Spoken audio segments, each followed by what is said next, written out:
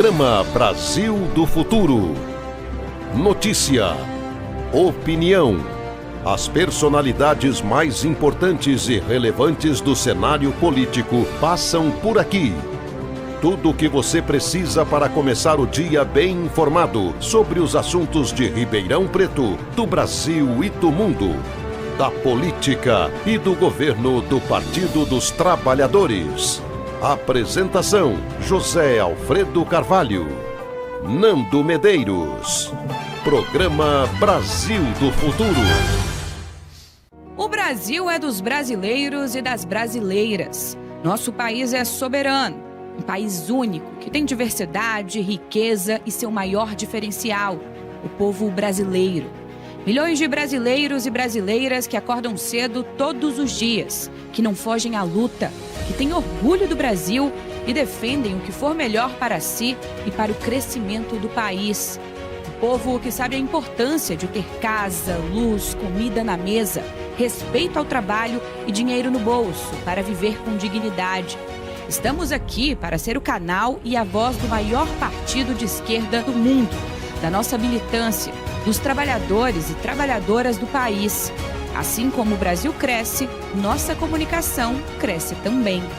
Registramos os momentos históricos do país, priorizamos as principais coberturas, acompanhamos de perto o que muda de fato na vida do povo. A partir de hoje, o Brasil sai do mapa da fome.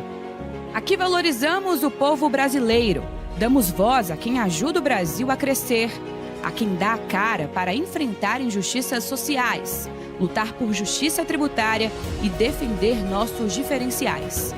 Quem luta para garantir educação a todos, crédito para o trabalhador e mudanças sociais de verdade. A gente respeita todos que fazem parte do nosso Brasil e te convidamos a seguir com a gente na transformação da nossa história. E com orgulho podemos dizer: somos brasileiros e fazemos parte da TV PT. Aqui brilha uma estrela.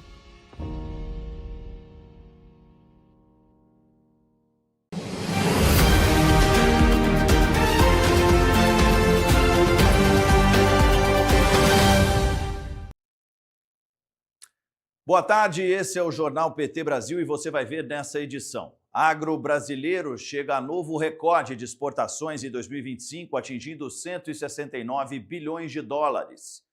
Presidente Lula cria o Dia Nacional de Luta e Memória às Mulheres Vítimas de Feminicídio. Na reportagem especial sobre os avanços do governo Lula, dessa vez falamos sobre as conquistas na área do trabalho e renda. E nós repercutimos a conquista histórica do Brasil, que faturou de maneira inédita 2 prêmios no Globo de Ouro. Hoje é segunda-feira, 12 de janeiro, e o Jornal PT Brasil começa agora.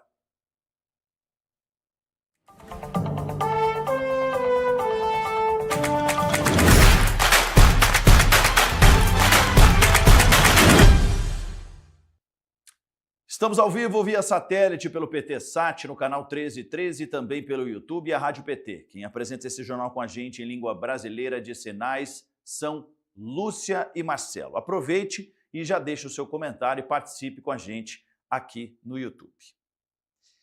E a gente abre essa edição contando que o filme O Agente Secreto fez história e garantiu 2 prêmios ao cinema brasileiro. Melhor ator, com Wagner Moura, por sua interpretação no longa, e melhor filme de língua não inglesa, após 27 anos da vitória de Central do Brasil. Foi a primeira vez na história que o país vence 2 prêmios em uma mesma edição do Globo de Ouro. Em seus discursos, Wagner Moura e Kleber Mendonça falaram da importância de tratar sobre temas como o autoritarismo no Brasil e sobre os impactos recentes disso durante o governo Bolsonaro. A ditadura ainda é uma ferida aberta na nossa vida. Eu acho que a gente deve continuar fazendo filmes sobre a ditadura, porque, como vocês mesmos falaram, cada um vai ser diferente do outro. É importante a arte, o cinema, a cultura. Eles têm várias funções, né? Não dá nem para dizer qual é a principal. Talvez a principal seja educar o seu espírito. A outra coisa que é o efeito colateral é preservação de memória. A gente tem essa função, o que a gente faz.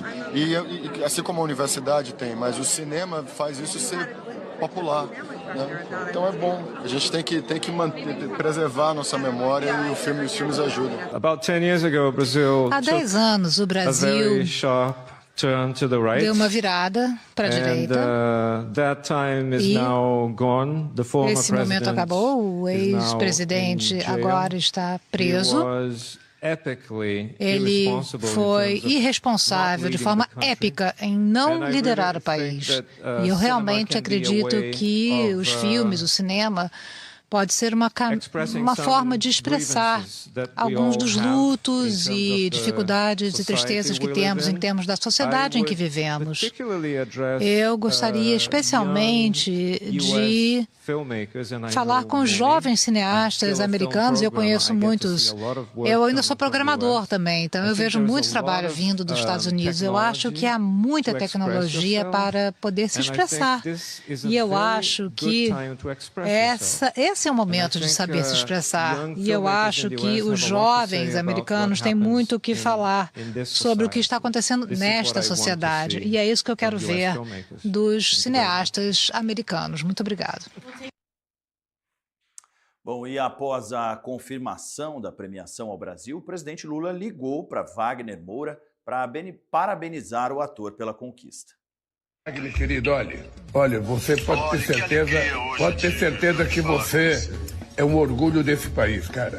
Desde o seu primeiro governo, sempre, né, o cinema teve um espaço. Eu me lembro que você fazia umas sessões de cinema, governo que gosta de cultura, presidente. E isso é uma diferença muito grande para qualquer país que se quer desenvolver. A gente tem que criar núcleos de cultura em cada município para transformar uma coisa muito forte, sabe? E a gente passar a criar instrumentos da sociedade, fiscalizar as coisas, a execução dos recursos, sabe? Porque assim a gente vai conseguir colocar a cultura como uma coisa perene nesse país. Ela ensina as pessoas, ela torna pessoas mais cultas, torna pessoas mais politizadas, ela gera milhões de empregos. Eu acredito mesmo que o Brasil é um país que tem vocação para isso, sabe, presidente? Assim, vocação para a cultura. Mas você não sabe a alegria que dá Lula estar falando com você e ouvi-lo falar assim de cultura. É lindo, emociona e faz a gente ter certeza de que a gente está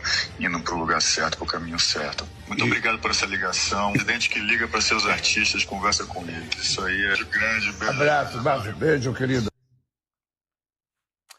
Bom, e sobre essa importante conquista brasileira, nós falamos agora ao vivo com a presidente da Comissão de Cultura da Câmara, a deputada Denise Pessoa, do PT do Rio Grande do Sul. Boa tarde, deputada, e obrigado pela participação aqui com a gente. Boa tarde a todos que nos acompanham. Deputada, eu queria começar te perguntando, então, ontem o Brasil, então, faturou de forma inédita 2 prêmios de uma única edição, né? Qual a importância disso para o cinema e para a cultura brasileira? Bom, primeiro dizer que o Brasil comemora hoje, né? Nós estamos muito felizes, o Brasil que ama a cultura, que admira a cultura e que sabe que os investimentos do governo federal na cultura têm mudado, né, as possibilidades dos artistas, dos trabalhadores da cultura de viver nesse país. Então, quando a gente tem uma vitória como essa, né, isso demonstra um momento de maturidade, um momento de reconhecimento do cinema brasileiro, né, no cenário internacional. E não é apenas não é só ganhar prêmios, né? Mas é mostrar o Brasil, né? O Brasil que produz obras de altíssima qualidade, que é capaz de dialogar com o mundo sem abrir mão da sua identidade, né? O cinema brasileiro, ele fala da nossa realidade, das nossas contradições e da nossa história. Então, e quando isso é reconhecido fora do nosso país, isso fortalece a nossa autoestima cultural, reafirma que cultura é um ativo estratégico e é soberania, né? Quando a gente debate tanto soberania, a soberania cultural também é algo extremamente importante. Além disso, esses prêmios eles ajudam a ampliar o acesso, né, à circulação das obras e a fortalecer toda a cadeia cultural do audiovisual dos trabalhadores da cultura. Então, o Brasil está em festa e com muita razão. Parabéns, né, a todos os envolvidos aí, especialmente ao Wagner Moura também, né, que foi premiado. Deputada, o filme ele se passa ali no contexto da ditadura, né, da ditadura brasileira. Durante o discurso, o Wagner Moura chegou a mencionar que o filme também fala sobre memória e sobre um passado mal resolvido do Brasil, né? Como é que a senhora acredita que essa cultura, esse filme, trabalhar essa temática, né, pode ajudar a população a entender o passado e combater isso também no presente? Então, a cultura, ela tem uma função educativa, né? Eu sempre digo que a cultura, ela gera consciência de uma forma, muitas vezes lúdica, muitas vezes num espaço, de entretenimento, então ela educa com muito mais facilidade e naturalidade. E uma vez que tu adquire, que tu acaba tendo consciência, eu sempre digo que a consciência ela não tem ré, né? Assim como quando tu tem consciência de algo, é dali para frente que a gente caminha. Então, a cultura ela tem um papel fundamental, né? Porque ela traduz a história em emoção, empatia, reflexão, e muitas vezes os dados, os livros, eles não alcançam toda a população. Então, mais um filme ele pode tocar, né, as famílias, quem assiste e fazer pensar. Então, quando o cinema ele retrata a ditadura, ele expõe as marcas de um período, né, que ainda está, ainda não está tão revelado, né, um período de violência, de censura, de perseguição política, e que mostra que esse passado ele não está tão distante, que ele ainda impacta o presente, e a cultura ela combate o esquecimento, o negacionismo, e que são perigosos, né? A gente viu o que aconteceu no 8 de janeiro, né? Que é um ataque à democracia. Então, uma sociedade que não encara o seu passado, ele fica muito vulnerável a repetir o autoritarismo, né? E lembrar é um gesto de resistência e de defesa da democracia. Deputada, recentemente a gente teve um outro filme, né, que Eu Ainda Estou Aqui, sendo premiado no Oscar e também tratando sobre essa temática aí da ditadura brasileira e regimes autoritários, né? Nós vivemos nesse último governo com o ex-presidente Jair Bolsonaro também, muito desse autoritarismo, né? De que forma esse reconhecimento internacional dessas histórias, dessa temática, pode ajudar a combater isso também, não só aqui no Brasil, mas no mundo, já que a gente tem observado isso nos Estados Unidos, enfim, em outras nações por aí? O reconhecimento internacional, acho que ele amplia o debate, né? Porque ele mostra que essas obras elas falam não apenas do Brasil, né? Mas de uma preocupação global. O avanço desses discursos autoritários, os ataques à democracia e às instituições, é um fenômeno mundial, infelizmente, né? Então, quando os nossos filmes brasileiros eles ganham prêmios, né, importantes, e mostrando esse Brasil, né? Eles colocam o Brasil no centro dessa conversa mundial sobre democracia, sobre direitos humanos, e sobre memória. E isso fortalece a ideia da importância, né, da gente valorizar a cultura, valorizar os direitos humanos, a memória, né? Então, é uma ferramenta de alerta, de reflexão coletiva e ajuda a proteger as narrativas, né? Porque quando o mundo olha e fica mais difícil, olha esse filme, né? Fica mais difícil silenciar e apagar essas histórias. Então, são histórias que ficam reveladas mundialmente e que muitas pessoas vão ver, né? E vão reproduzir, vão falar sobre, vão refletir. Então, é um grande exercício, né, de reflexão e esses filmes, né, têm colaborado para isso. Deputada, a gente viu agora há pouco nesse vídeo da ligação que o presidente Lula fez para o Wagner Moura, né? O Wagner Moura dizendo desse apoio que o presidente Lula sempre teve com a cultura do Brasil, com o cinema brasileiro, né? Depois desses dois prêmios tão importantes, a gente teve aí o Oscar recentemente, né? E agora também o Globo de Ouro, já que funciona como um termômetro para esse próximo Oscar, né? Que o Brasil, inclusive, pode ter indicado esse filme, O Agente Secreto, novamente sobre essa temática da ditadura, né? Qual a importância que a senhora vê do fomento à cultura mesmo, da participação do governo, lembrando que no governo Jair Bolsonaro a cultura foi até escanteada, né? Ela foi rebaixada, o ministério foi retirado. Como é que a senhora enxerga todo esse contexto? Bom, hoje a gente trata a cultura como uma política de governo, né? Uma política de Estado, algo extremamente importante. A gente teve recentemente a aprovação da Aldir Blanc, né? Que garante recurso para todos os municípios do Brasil e todos os estados brasileiros, né? E isso é recurso que fomenta a cultura, né? Que ajuda na circulação. E que a gente sabe que no período do governo passado, a cultura foi extremamente atacada. Além das dificuldades, mesmo da pandemia, né, e mesmo assim, né, o Ministério foi atacado, entrou numa crise, acabou-se com o Ministério.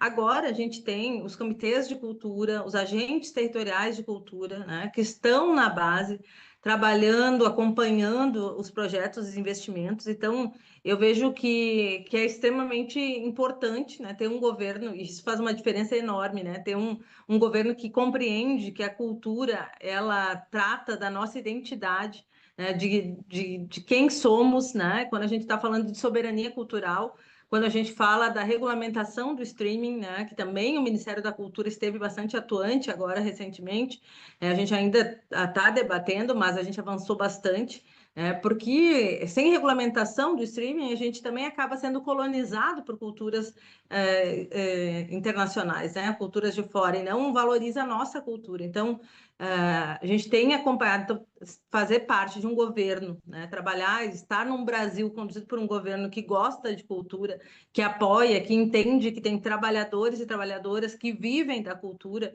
e que a cultura é um ativo extremamente importante para um país que é continental, como é o Brasil, que do sul ao norte a gente tem uma diversidade cultural que é um ativo importante, né? E que a gente precisa defender, valorizar, né? E com certeza a gente tem aí muito conteúdo aí para o mundo, né? A gente tem o que dizer de formas diferentes, de expressões diferentes, mas isso conduzido pelo presidente Lula, né? Um presidente que tem um compromisso com a cultura, isso faz muita diferença.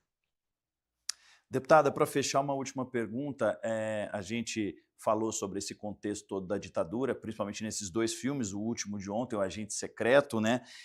E a gente falou sobre esses discursos autoritários, esse contexto autoritário, né? Qual a importância de se combater esses discursos autoritários, ataques à imprensa, enfraquecimento das instituições? A gente tem visto, observado em alguns países a retomada desse espírito, né, na Argentina, enfim, no próprio Estados Unidos. Como combater isso? De que forma? Qual a importância de combater esses discursos? Bom, esses discursos, esses ataques à imprensa, eles são sinais de alerta, né, de ataque à democracia. Então, eles acabam enfraquecendo o direito de acesso à informação, eles naturalizam a violência política e enfraquecem instituições, né, que acabam fragilizando a democracia no final. Então, combater é uma tarefa permanente e não apenas em períodos eleitorais, né? A democracia ela se sustenta com liberdade de expressão, com uma imprensa livre, com instituições fortes e participação social. Então, quando esses pilares eles são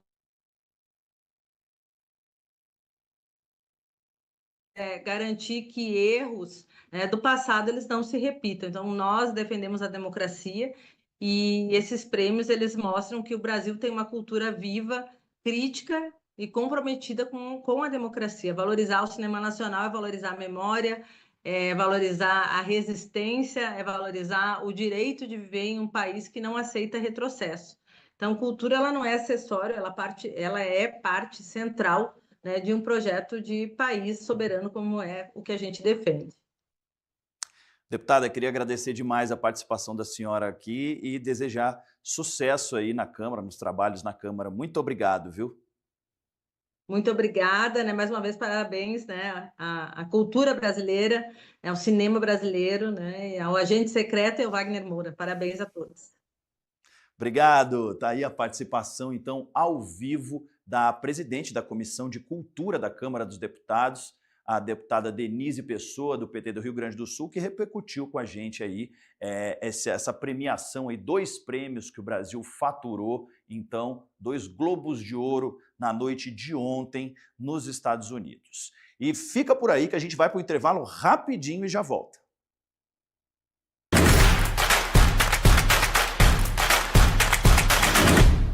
O PT acredita na força da comunicação e investe para falar com todo mundo em todos os cantos, por todos os meios. E o rádio, o canal mais ouvido do Brasil, está bombando com muita informação e credibilidade. É a nossa rádio, a Rádio PT. Depois de crescer quase 200% em audiência em 2024, a Rádio PT segue firme, conquistando ainda mais espaço. A Rádio PT está no ar 24 horas por dia, com tudo que a militância quer e precisa saber. Notícias atualizadas, análises afiadas e uma programação feita com muito compromisso e coração petista. Tem o Notícias do PT, boletins diários e o nosso podcast que já passou da marca de 700 episódios. É muita informação com qualidade, todo dia, o dia todo. A Rádio PT está em todas as plataformas. E claro, você é parte dessa construção. Gente, eu quero agradecer de coração os nossos ouvintes da Rádio PT pelo acompanhamento.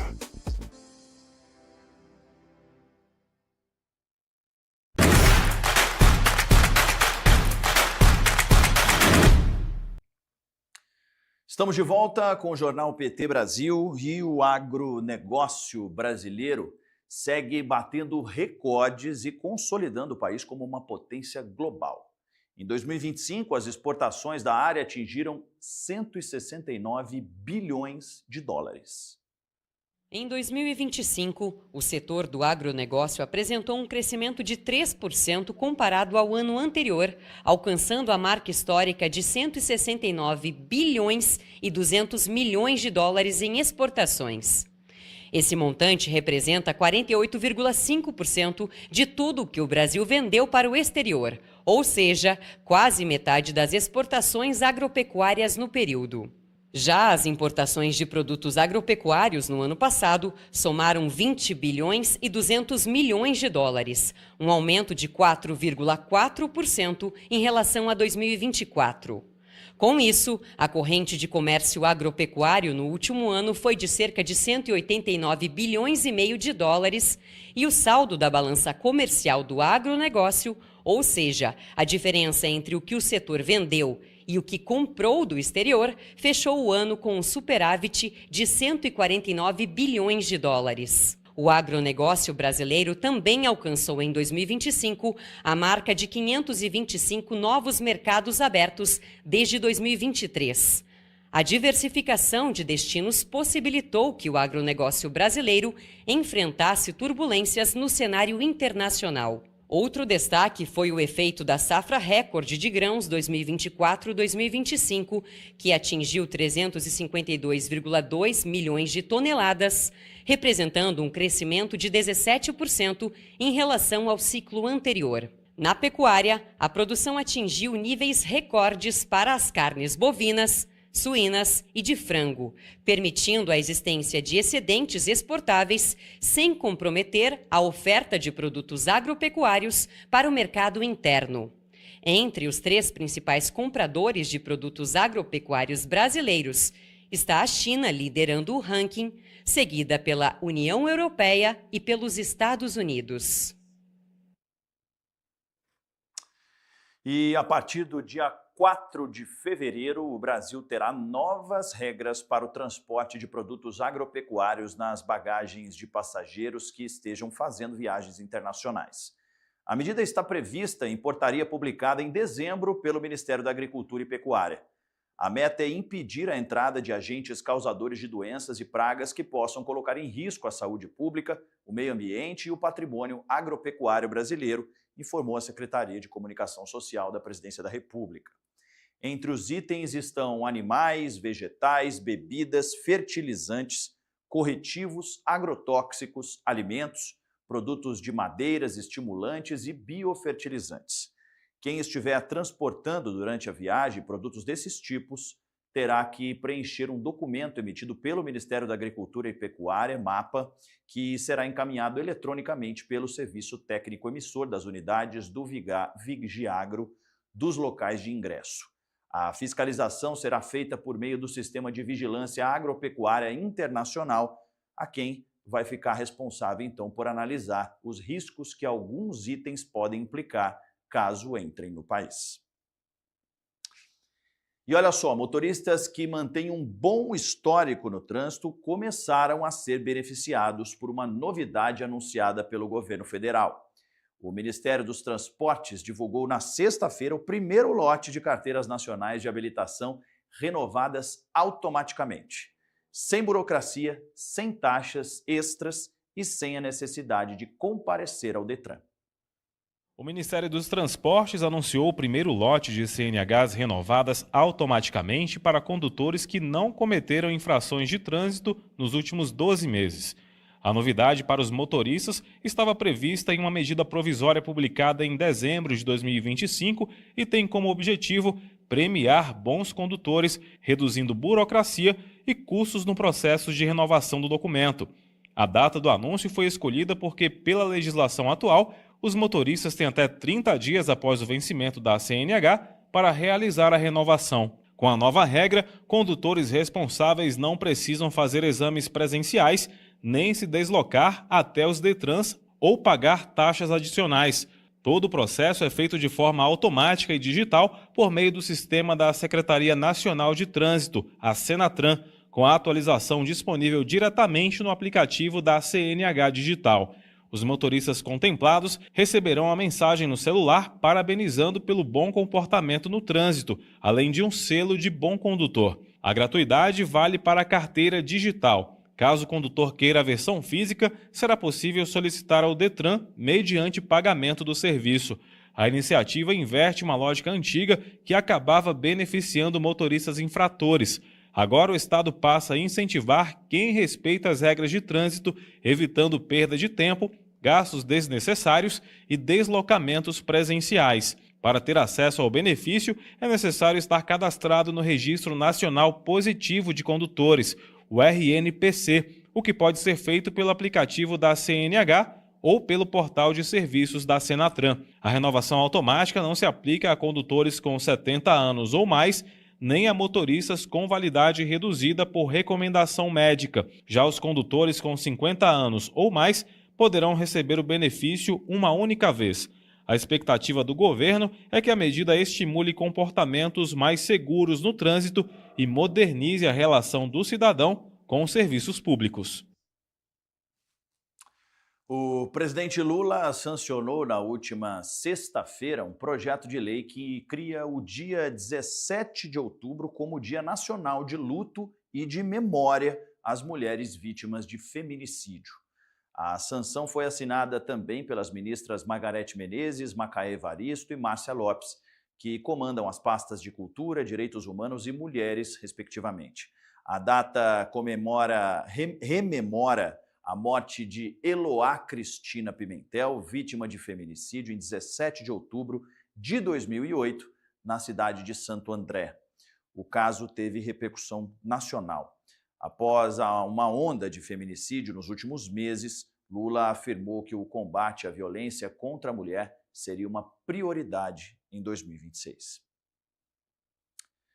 E por falar em mulher, hoje no TV Elas por Elas, a aula é com Élida Miranda, jornalista, dirigente sindical e militante histórica da luta das mulheres. Élida traz uma análise sobre mulheres e a luta por direitos trabalhistas, a partir da experiência na comunicação, no movimento sindical e na construção de políticas públicas. Confira hoje a partir das 16h na TV PT. E no Café PT dessa segunda-feira, você acompanhou uma entrevista com o professor de Relações Internacionais Rubens Duarte sobre a ofensiva dos Estados Unidos contra a Venezuela e o sequestro do presidente Nicolás Maduro. A conversa abordou a legalidade da ação à luz do direito internacional, o respeito à soberania dos países, o uso da força sem aval multilateral e as ameaças do governo Trump a outras nações, como Cuba e a Groenlândia. A conversa também discutiu o imperialismo norte-americano e os impactos dessa movimentação para as relações internacionais e o multilateralismo global. E é extremamente grave por tipo de invasão militar a outro país, né, para abduzir alguma pessoa daquele país, é um desrespeito do direito internacional. Matou 80 pessoas, né, pelo que eu sei, por volta de 80 pessoas no caminho, bombardeou instalações, invadiu o espaço aéreo, o mar também e o território. E fica ainda mais grave uma vez que a gente se lembra que o presidente, ele por extensão da soberania de um Estado, ele está protegido por uma certa imunidade internacional. Isso foi totalmente ignorado, completamente ignorado. Todos os países da região ficaram um pouquinho mais fragilizados nesse momento, né? Porque não é só a Venezuela, né? Ele fez isso para a Venezuela e logo depois o Marco Rubio, que é o secretário de Estado dos Estados Unidos, que é equivalente ao nosso ministro das Relações Exteriores, ele deixou muito claro que não jogue jogos, né? Não brinque com o presidente Trump, porque ele não está brincando. A gente está num momento, se eu posso falar, numa atmosfera nova, uma atmosfera de pressão constante dos Estados Unidos. Então, não importa em algumas decisões o que a população daquele país decide para si, ou a política pública que o governo democraticamente eleito decide para si. Precisa de uma acusação de Washington para continuar. E isso é muito negativo. Então, a partir do ataque à Venezuela, foi um ataque à América do Sul, à América Latina como um todo. Né? Eles constantemente dizem, esse é o nosso hemisfério, esse aqui é o nosso backyard, né? O nosso quintal. Né? Eles tratam a gente como se fosse uma extensão da hegemonia deles. Isso é muito ruim. Isso é muito ruim porque, enfim, a gente tem que tomar decisões pensando no povo brasileiro, não em Washington. Então, o ataque à soberania venezuelana, indiretamente, causou também danos à soberania de todos os países da América do Sul, inclusive do Brasil. Isso é muito ruim. E agora a gente chama, então, a agenda do presidente Lula. Durante a manhã, Lula se encontrou com o ministro da Casa Civil, Rui Costa, e com a secretária executiva da Casa Civil, Miriam Belchior. Também se reuniu com o ministro da Secretaria de Comunicação Social, Sidônio Palmeira. Durante a tarde, a gente mostra para vocês que às 3 horas o presidente participa de reunião com o secretário especial para assuntos jurídicos da Casa Civil, Marcelo Eich, e os ministros Rui Costa, da Casa Civil, Gleisi Hoffmann, da Secretaria de Relações Institucionais, e Dário Durigan, ministro da Fazenda substituto. O Jornal PT Brasil de hoje termina agora. Muito obrigado pela sua companhia. Eu te espero amanhã, no mesmo horário. Continue com a gente até lá. Tchau.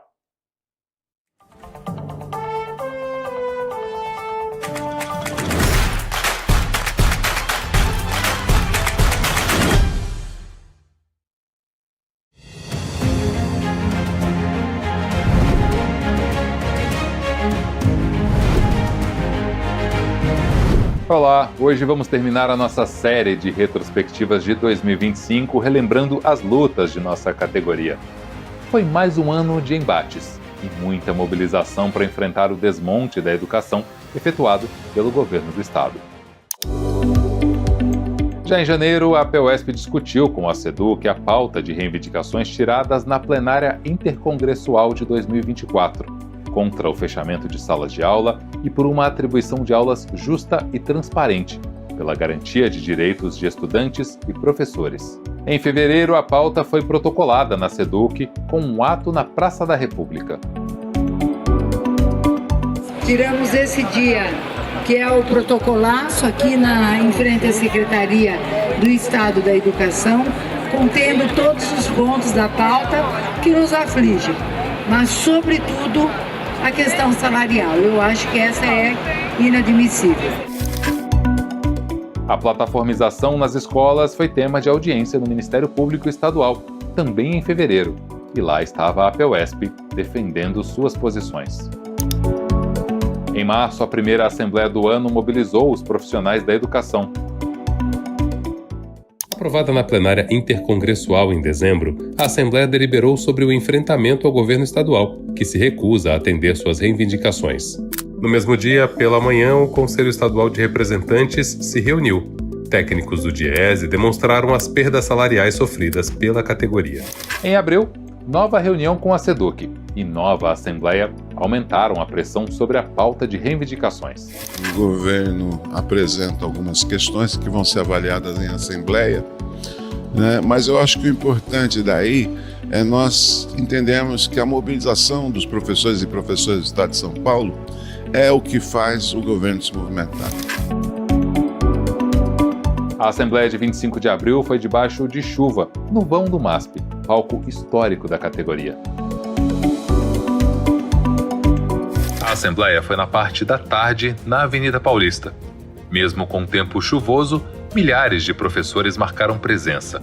Novamente foram colocadas as posições divergentes e a categoria manteve a decisão do Conselho Estadual de Representantes. Nós vamos continuar a pressão contra o governo Feder, contra o governo Tarcísio, exigindo pelo menos que o piso salarial nacional seja respeitado.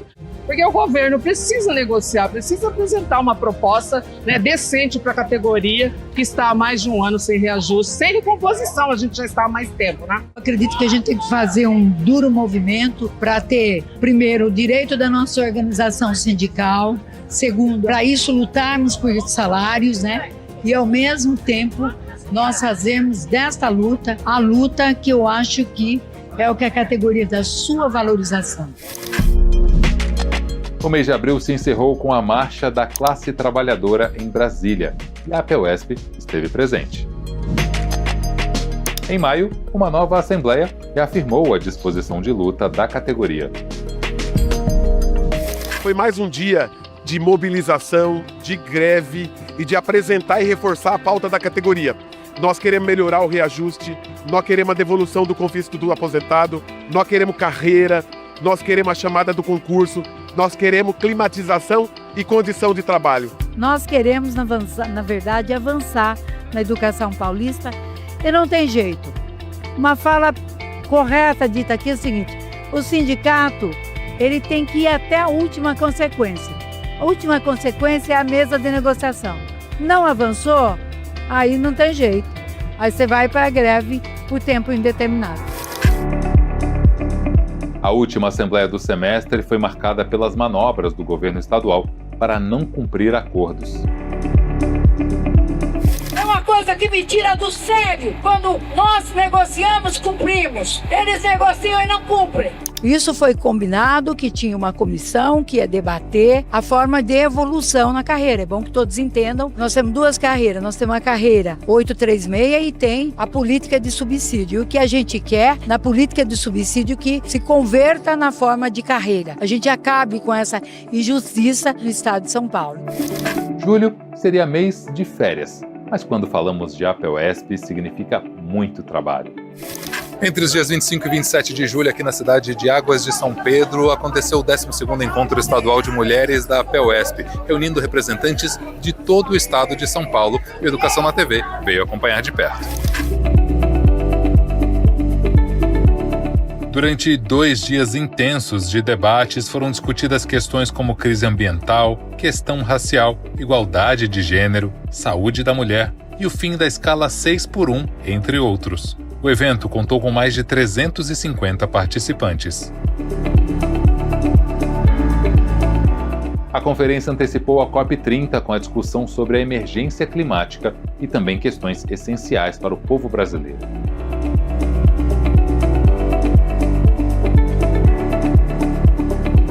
A grande marca hoje é você fazer esse debate do capital e do trabalho, né? E nós estamos num momento, eu diria, difícil, mas ao mesmo tempo favorável, que a população entendeu que taxar a grande riqueza é uma necessidade, mas que também ter a isenção, né, do imposto de renda para quem ganha até R$5.000 e progressivamente acima de R$5.000 também tem isenção. Eu acredito que vai significar para os professores, de acordo com o estudo do Diese, o 14º salário. Todas essas questões foram debatidas em profundidade no maior evento da categoria em 2025. O Hotel e Centro de Convenções Vale do Sol, aqui em Serra Negra, sediou entre os dias 25 e 27 de setembro o 28º Congresso Estadual da APEUESP. Foram 1.517 delegados das 95 subsedes da APUESP do estado de São Paulo, 302 delegados da capital, 310 da Grande São Paulo e 905 do interior. O salão principal foi palco de debates sobre educação, sindicalismo e a conjuntura social e política, com a presença de diversos convidados. O Congresso foi aberto com um seminário educacional que discutiu o papel da ciência e tecnologia e o uso autoritário das plataformas digitais na rede pública paulista. Mas nós temos um processo avançado aqui no Brasil, que é da plataformização, e que o interesse não é de fato a educação, garantir conhecimento, absolutamente. Ele tem o interesse de fazer uma passagem próxima, entre aspas, mais barata, porque não é, pelos números do custo das plataformas, tá certo? Mas, ao mesmo tempo, nós sabemos que tem a visão mercadológica da educação. O Congresso foi palco de intensos debates e contou com a presença de muitos convidados especiais. O resultado reafirmou as bandeiras de luta política e institucional da APUESP. Sempre quem dá a resposta, sempre quem reverte as posições que um governo faz e ruim é a boa e velha rua. Não tem jeito. É a rua que faz a mudança. É a rua que enverga deputados e deputadas. E é a rua que faz com que os governantes, eles digam, não, eu tenho que sentar e negociar. Além da pressão nas ruas mantida com assembleias e atos, a Alesp também foi palco de seminários sobre os planos decenais de educação, condições de trabalho na escola e embates com o governo. Várias ações judiciais foram impetradas pela APUESP, sustando a retirada de direitos. 2025 também viu mais uma subsede da APUESP ser inaugurada, a de Santa Fé do Sul. São agora 95 em todo o estado, fortalecendo ainda mais a organização da categoria. Esta pequena retrospectiva, mesmo incompleta, demonstra a capacidade de luta desse sindicato, que é o maior do país. Aponte o celular para o QR Code e siga as redes sociais do Educação na TV. E em 2026 possamos colher os frutos de todo esse trabalho. Até a próxima semana.